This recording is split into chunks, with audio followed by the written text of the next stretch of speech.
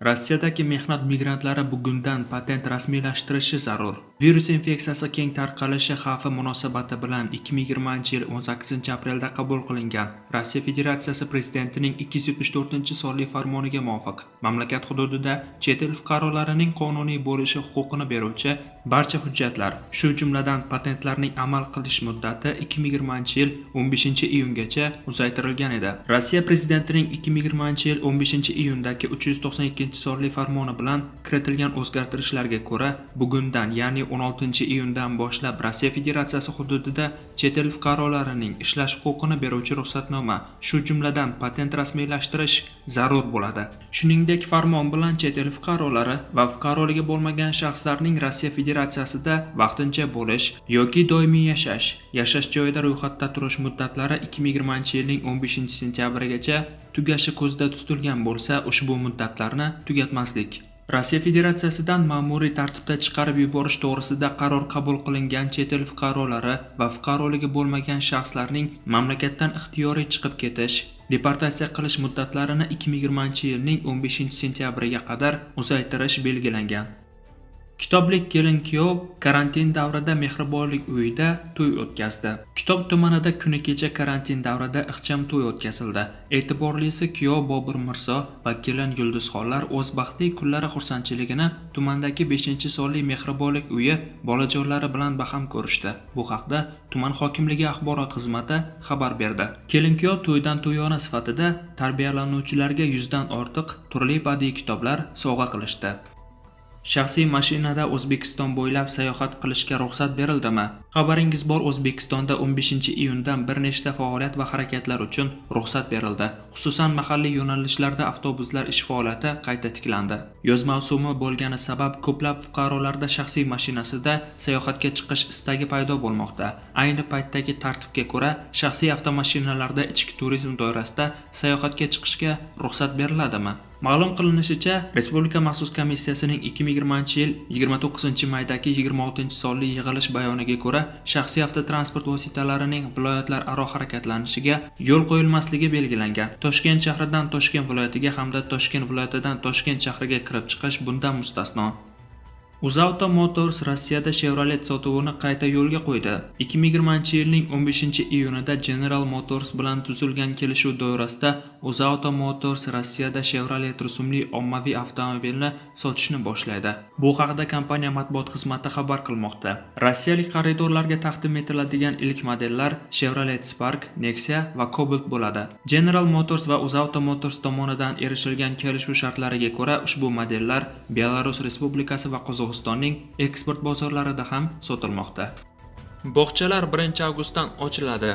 Davlat maktabgacha ta'lim tashkilotlarining faoliyatiga joriy yilning 1-avgustidan boshlab ruxsat beriladi. Bu haqda Respublika maxsus komissiyasining qarori qabul qilindi. Bu qaror tarbiyalanuvchilarni qabul qilishga puxta tayyorlash, shu jumladan sanitariya, gigiyenik qoidalar va xavfsizlik choralarini to'liq ta'minlash maqsadida qabul qilingan. Shu bilan birgalikda maktabgacha ta'lim tashkilotlarida mashg'ulotlarni 15 kishidan ortiq bo'lmagan guruhlarda tashkil etish to'g'risidagi cheklov bekor qilindi. Ziroat Mirziyoyeva boshchiligidagi fond yangi loyihani boshladi. O'zbekiston Respublikasi Gidrometeorologiya xizmati markazi Zamin fondi va BMTning atrof-muhit dasturi ko'magida atmosfera havosi ifloslanishi monitoringini avtomatlashtirish loyihasini amalga oshirmoqda. Bu haqda fond xabar tarqatdi. Maqsad mamlakatimizning har bir viloyatida havo sifatini kuzatish uchun imkoniyat yaratish. Loyiha doirasida tizimga bosqichma-bosqich ulangan barcha viloyatlarda havoning holati bo'yicha ma'lumotlarni namoyish etadigan ochiq onlayn platforma ishlab chiqilmoqda. Har kim platformaga ulanishi va ma'lum bir hududda havo qanday holatda ekanligini bilib olishi mumkin bo'ladi. Bundan tashqari, platformada havoning holatiga qarab Sog'liqni saqlash vazirligining tavsiyalari taqdim etib boriladi, deyiladi xabarda. Joriy yilning 3-iyun kuni tashkil etilgan videokonferensiya davomida fond BMTning atrof-muhit dasturi hamda taraqqiyot dasturi vakillari hamda atrof-muhit va sog'liqni saqlash sohalaridagi muvofiqlashtiruvchi tashkilotlar mutaxassislari loyiha va uni amalga oshirish jihatlarini muhokama qildilar. O'zkom nazorat o'zbekistonliklarga xorij raqamlaridan qilingan shubhali qo'ng'iroqlar ortida firibgarlar turgan bo'lishi mumkin. 12-iyun kuni Facebookda ko'plab o'zbekistonliklar o'zlariga turli xorij telefon raqamlaridan qisqa qo'ng'iroq bo'lgani haqida postlar qoldirdi. O'zkomnazorat davlat inspeksiyasi mazkur qo'ng'iroqlar xorijdagi firibgarlar tomonidan amalga oshirilgan bo'lishi mumkinligini bildirgan va ularga qayta qo'ng'iroq qilmaslikni tavsiya etgan. Inspeksiya axborot xizmatining yozishicha, virus pandemiyasi davrida mobil aloqa operatorlarining xizmatlaridan foydalanuvchi abonentlarni firibgarlik yo'li bilan aldab, ularning hisob raqamlaridan pul yechib olish holatlari uchragan. Jumladan, Vangiri firibgarligi, ya'ni xorij raqamidan qisqa qo'ng'iroq qilib, abonent ushbu raqamga qaytib qo'ng'iroq qilganidan keyin uning hisobidan katta mablag' yechib olish holatlari kuzatilgan. Firibgarlar abonentga qo'ng'iroq qilgach, u javob berishga ulgurmasidan aloqani uzib qo'yadi. Ayrim odamlar esa xorijdan qo'ng'iroq qilingan va o'tkazib yuborilgan begona raqamga qaytib qo'ng'iroq qilish oqibatida ularning hisobidan mablag' yechib olinadi. O'zkomnazorat davlat inspeksiyasi tomonidan berilgan ma'lumotga ko'ra, mobil aloqa operatorlari karantin davrida plastik kartalarni elektron tizimlar orqali boshqarilishida uchragan shubhali harakatlarni monitoring qilib, firibgarlikning oldini olish borasida tegishli choralar ko'rmoqda. Inspeksiya bu kabi salbiy holatlarning oldini olish uchun begona xorij raqamidan qo'ng'iroq bo'lgan va u o'tkazib yuborilgan bo'lsa, o'sha raqamga qaytib qo'ng'iroq qilmaslikni, plastik karta raqami, pasport seriya va boshqa shaxsiy ma'lumotlarni begonalarga oshkor qilmaslik, ijtimoiy tarmoqlarga joylashtirmaslikni tavsiya qilgan. Shuningdek, Vangiri so'zi yapon tilidan olingani, kiberfiribgarlik usullaridan biri hisoblanishi. Bunda firibgarlar turli usullar bilan abonentni pulli raqamga Premium Rate Number qo'ng'iroq qilishga majbur qilib, uning hisobidan mablag' yechib olishi haqida ham axborot berilgan. Buyum bozorlari, restoranlar va chegaralar ochilmoqda. 15-iyundan nimalarga ruxsat berildi? Bugundan boshlab yashil va sariq hududlarda kafe va restoranlar, xususiy bog'chalar, buyum bozorlari qaytadan ochiladi. Hududlararo avtobus qatnovlari tiklanadi. Bundan tashqari epidemiologik vaziyat barqaror davlatlar bilan aviaqatnovlarni qayta yo'lga qo'yish boshlanadi. 3 oylik taqiqdan so'ng 15-iyundan O'zbekiston fuqarolariga o'qish va mehnat faoliyatini davom ettirish uchun xorijga chiqishga ruxsat berildi.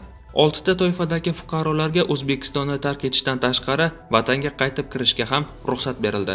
Jumladan, endi davolanish maqsadida xorijga borib kelish mumkin. Chet elda yaqin qarindoshlari yoki og'ir kasal qarindosh urug'lari bor shaxslarga ham chegaralar ochildi.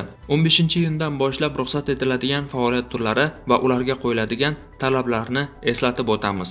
Umumiy ovqatlanish obyektlari, banketlar va boshqa ommaviy tadbirlarni o'tkazishga yo'l qo'ymaslik. Faoliyatini 8:00 dan 23:00 ga qadar tashkil etish.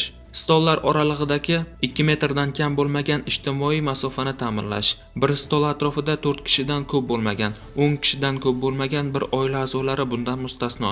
Mijozlarni joylashtirish. Xodimlarning tibbiy niqob va qo'lqopda bo'lishi. Har bir mijozdan keyin stol va boshqa jihozlarni yuza qismini dezinfeksion vositalar bilan tozalash talab etiladi. Xususiy bog'chalar, binolarni doimiy ravishda dezinfeksiya qilish, ularga kirish-chiqish joylarini perimetrlar, antiseptik vositalar va dezinfeksion to'shaklar bilan jihozlash. Xodimlar tibbiy niqob va tibbiy qo'lqoplardan foydalanishi va ijtimoiy masofani saqlashi. Tana harorati 37 gradus va undan yuqori bo'lgan yoki infeksiya alomatlari mavjud bo'lgan xodim va tarbiyalanuvchilarning mashg'ulotlarga kiritilmaslik choralarini ko'rish talab etiladi. Davlat bog'chalari 1-avgustdan faoliyat boshlaydi. Buyum bozorlari doimiy ravishda dezinfeksiya qilinishi, ularning kirish-chiqish joylarini perimetrlar, antiseptik vositalar va dezinfeksion to'shaklar bilan jihozlanishi. Sotuvchilar va xaridorlar tibbiy niqob va tibbiy qo'lqoplardan foydalanishi, ijtimoiy masofani saqlashi. Har bir fuqaroning tana haroratini o'lchab, 37 gradus va undan yuqori bo'lgan infeksiya alomatlari mavjud bo'lgan holatda hamda tibbiy niqobda bo'lmagan hollarda buyum bozorlari hududiga kiritilmaslik choralarini ko'rish talab etiladi. Qizil bo'lmagan hududlar o'rtasida avtobus qatnovlari, transport vositasini yakuniy yo'nalish nuqtasida dezinfeksiya qilish. Avtobus saloniga faqatgina tibbiy niqoblardagi yo'lovchilarni kiritish, haydovchilarni tibbiy qo'lqop va tibbiy niqoblar bilan ta'minlash hamda ularning muntazam ravishda o'z vaqtida almashtirib borilishi choralarini ko'rish talab etiladi. Poyezd qatnovlari qamrovi kengayadi. Toshkent-Samarqand-Toshkent yo'nalishi bo'yicha Afrosiyob poyezdlari harakati tiklanadi. Bundan tashqari quyidagi reyslarga ruxsat berildi. Toshkent Buxoro Toshkent, Toshkent Termiz Toshkent, Toshkent Xiva Toshkent, Toshkent Nukus Toshkent, Andijon Xiva Andijon, Andijon Buxoro Andijon, Andijon Termiz Andijon. 18-maydan boshlab Toshkent shahridan Navoiy, Buxoro va Qarshi shaharlariga Afrosiyob poyezdi, Farg'ona vodiysiga temir yo'l qatnovi qayta yo'lga qo'yilgan edi.